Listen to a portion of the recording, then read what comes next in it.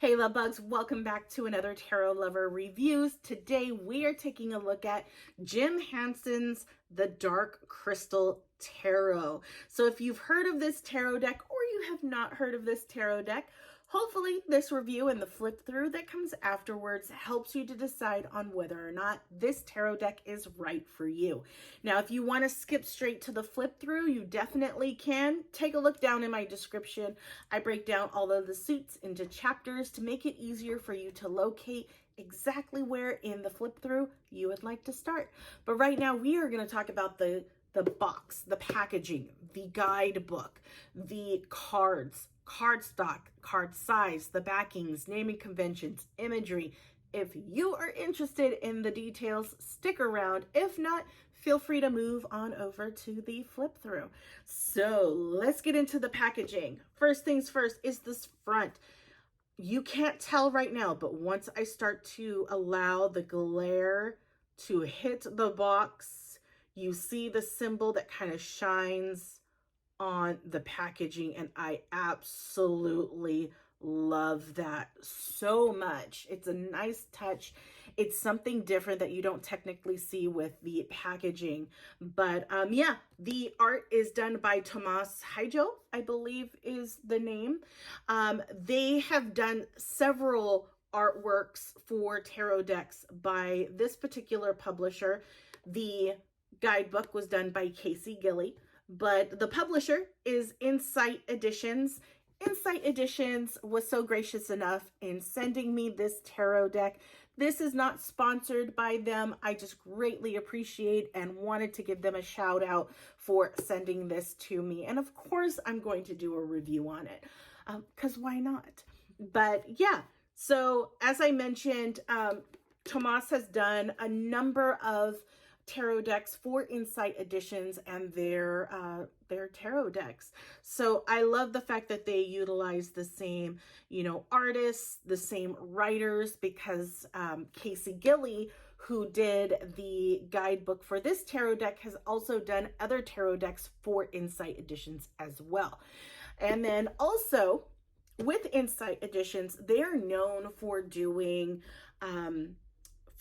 novelty tarot decks. Definitely the nostalgic type. So not only did they produce this one, they have done a Disney Villains, they've done Nightmare Before Christmas, Hocus Pocus, they've done Labyrinth, they've done Lord of the Rings, Buffy the Vampire Slayer, DC tarot decks, Marvel tarot decks.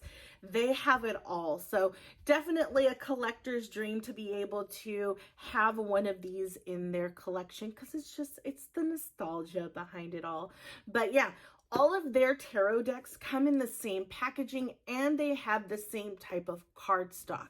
So just to kind of give you a little heads up, but all of their boxes open like so. And what I love is that all of their boxes has this little insert that keeps your tarot deck in the middle of the box. And not only that, but the box itself is very thick, which I love, because if my tarot deck that's inside the packaging should fall to the floor, I know that the box will save the tarot deck, will take the brunt of the force, and there would be no damage done to my tarot cards. So I love the packaging that they choose for their tarot decks. And I love the consistency as well. But there's not a problem. There's that's totally fine if tarot decks come in different packaging, different sizes, because there's variety, right? There's nothing wrong with variety. Anyways, that is the packaging. Oh, and I don't believe I mentioned this, but just in case I did not, you do get a little string in the box to help pull the tarot deck out of the packaging. So there is that. Now let's go ahead and talk about the guidebook. This is what the guidebook looks like. Okay. And the cardstock, or the cover itself, is a very thick cardstock, which is fantastic. As far as what you will find within the guidebook, you have a full page for the major, and for the minor, you have a smaller version of each card. And of course, with Insight Editions, they always include specific tarot spreads for their tarot deck. So this is themed to this tarot deck. I love that.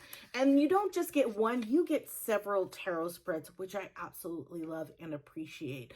So that is that part. Now, in regards to what you will see, what you will read within the guidebook, you have upright and reversal explanations for each of the cards. It definitely pulls from the movie to kind of give you an idea of what that card is to represent, but still gives you that tarot-ish kind of explanation to it as well. It ties the two very well, which I've seen Casey Gilly always do when it comes to the guidebooks. So yeah, for the major arcana, I will say it has a little something extra.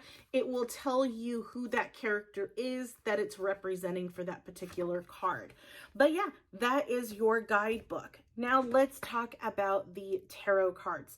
So in this segment, when I go over the imagery and the naming convention, I always do the comparison to the Rider-Waite-Smith imagery and naming convention.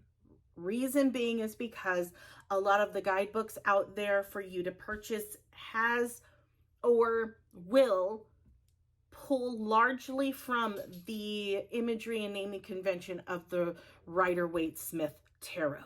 So if you are using a tarot deck that does not pull from the Rider-Waite-Smith, you may have a hard time using that guidebook with that particular tarot deck. Hence why I like to do this comparison.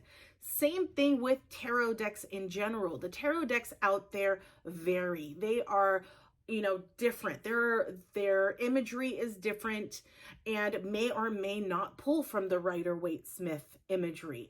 And if you're going in as a new tarot reader and you start off with the Rider-Waite-Smith, yet you want to move away from that really dated imagery and you want something more modern, it's always good to explain the differences between the tarot deck that I'm reviewing to the Rider-Waite, so that if that is what's happening, that's your situation, it makes it easier for you to know, yes, this is the tarot deck that I'll feel comfortable utilizing.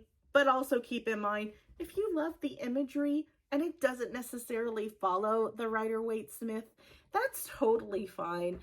I think that you should definitely go with what you resonate with. Just because it doesn't follow the Rider-Waite-Smith does not mean you won't be able to read your cards. It just means that you'll be relying a lot on the guidebook to get used to the cards. But once you kind of get the gist of it, you can utilize the guidebooks that are out there. Another thing I will say, I'm going to jump back to the guidebook because this is another thing that I appreciate. In the beginning of the book here, they explain what each suit is compared to the Rider-Waite-Smith, so that you know what suit is what in this particular tarot deck, because the naming convention is different. So let's talk about the naming convention.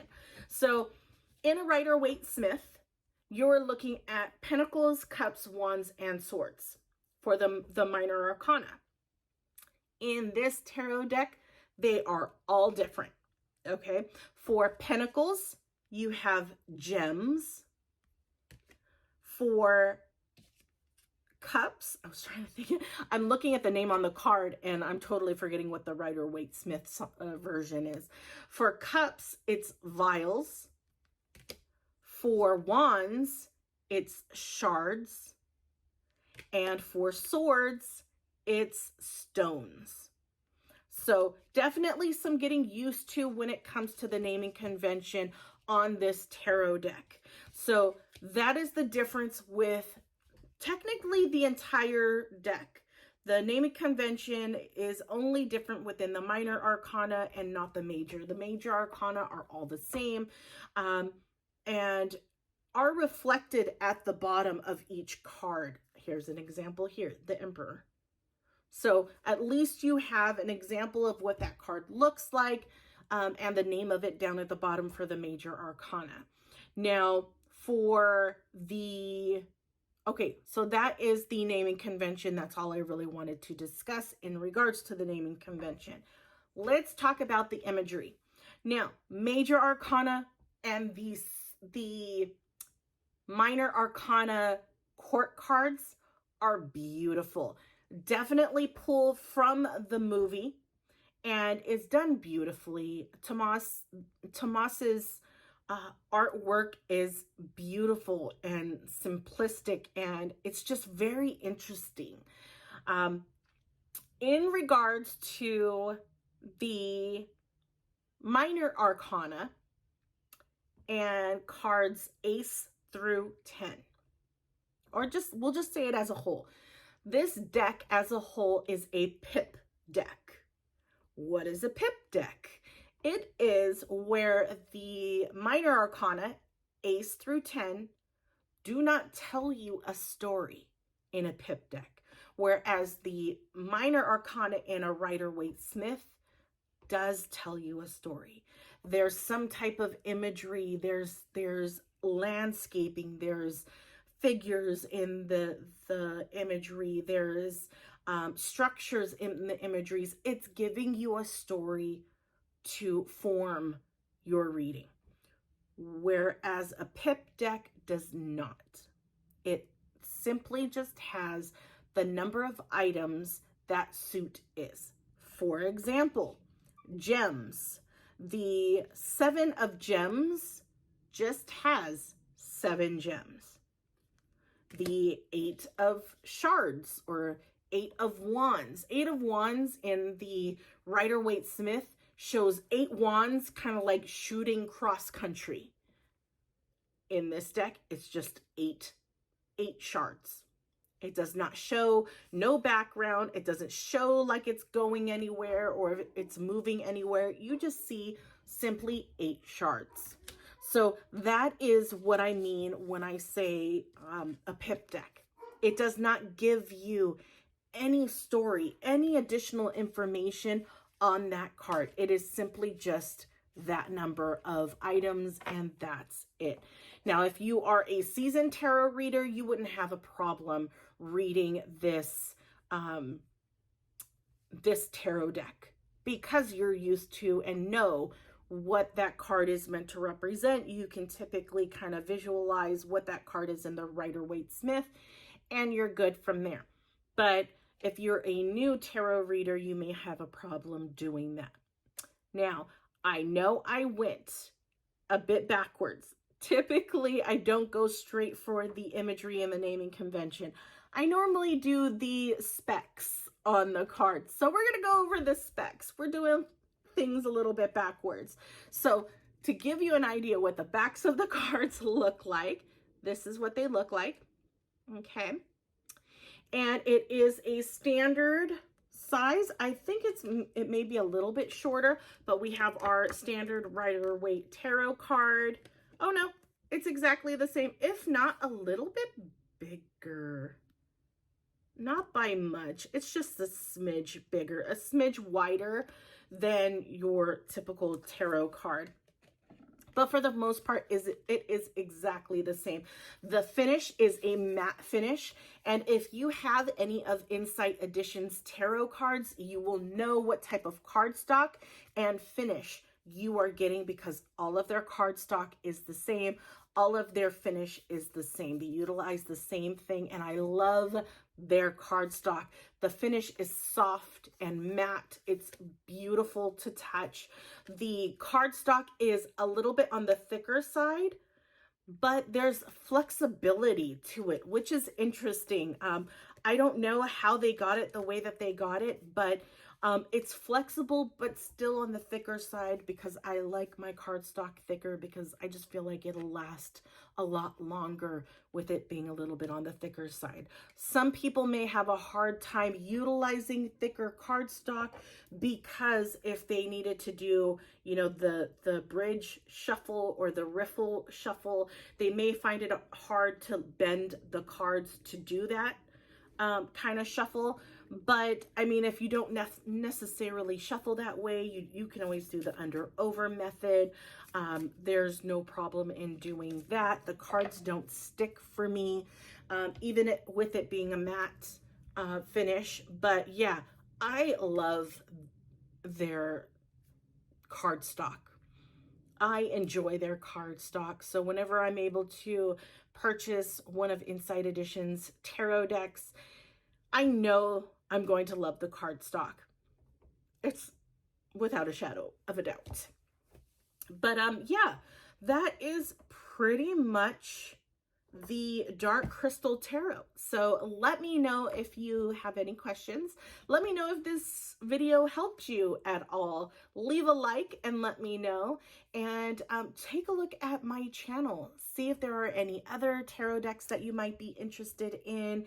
And check those out. If you don't find the tarot deck that you're looking for, leave me a comment. Let me know what that tarot deck is, and I will check to see if I don't already have it. Typically, I may have it because I have a lot of tarot decks. I have a lot of tarot decks to go through. So I might have it. If I don't, then you just gave me another reason to buy more tarot. But anyways, guys, here comes the flip through. Enjoy, and I will talk to you next time. Bye, guys.